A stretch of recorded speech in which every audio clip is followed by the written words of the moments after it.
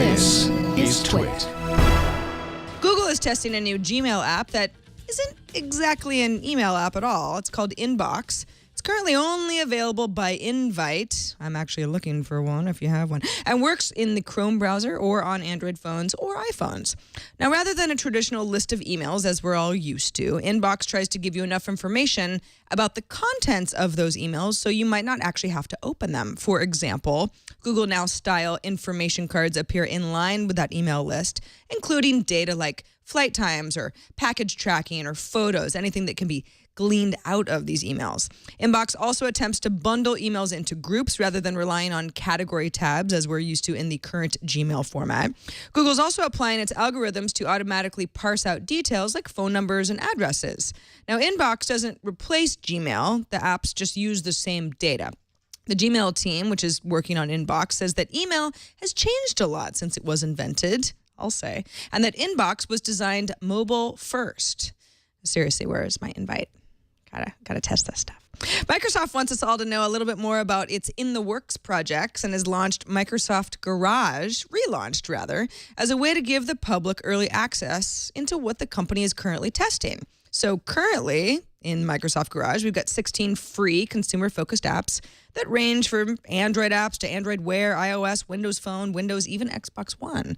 Now, among some of them, the Citizen app is designed to help citizens connect to municipalities, letting them report on issues or infrastructure concerns. I don't know, a pothole is blocking traffic type of a thing. Floats lets you float an idea out to the people around you to see what they think. Then you can join nearby floats conversations, as well as start your own with a question or idea or an image that you share anonymously. Next Lock Screen is a lock screen app, actually for Android, that surfaces information like calendar items, missed calls, emails, and text messages, as well as swipe into a call into a meeting when it starts, all without unlocking your phone. Microsoft Garage started in 2009 within the Office Labs group with a goal to create a safe place for employee-side projects and hackathons and science fairs. 2 months ago, Barnes & Noble launched its Samsung-developed 7-inch Galaxy Tab 4 Nook tablet. That's the greatest name ever. And today, the company unveiled its 10.1-inch version at a special introductory price of $299.99.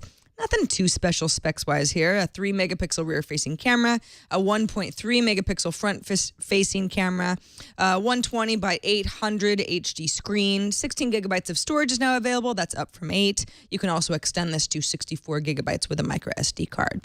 Last year, you might remember that Barnes & Noble announced it would no longer make its own Nook tablets, but would continue to build its own dedicated e-readers in-house. And now let's check in with the country of Hungary. Haven't done that in a while, or maybe ever. Hungary plans to impose a new tax on internet data transfers, according to a draft 2015 tax bill submitted to Parliament. Now, the draft contains a provision for internet providers to pay a tax of 150 forints, which is equivalent to about 60 US cents per gigabyte of data traffic. Imagine how that would add up. As you can imagine, the backlash has already started. Facebook groups have cropped up protesting the tax, and a rally is planned for Sunday outside the Economy Ministry.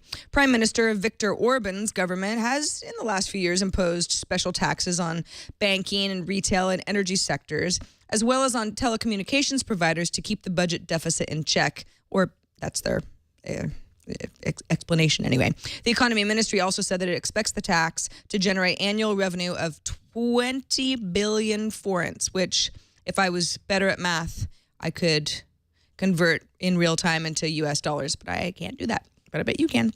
Pew Research has published a depressing new study that shows 73% of adult internet users have witnessed someone harassed online, and 40% have experienced personal harassment. That includes things like offensive language or threats or even stalking. The study polled more than 2,849 adults aged 18 to 50 plus and found that 70% of young adults aged 18 to 24 were most likely to experience some form of online harassment.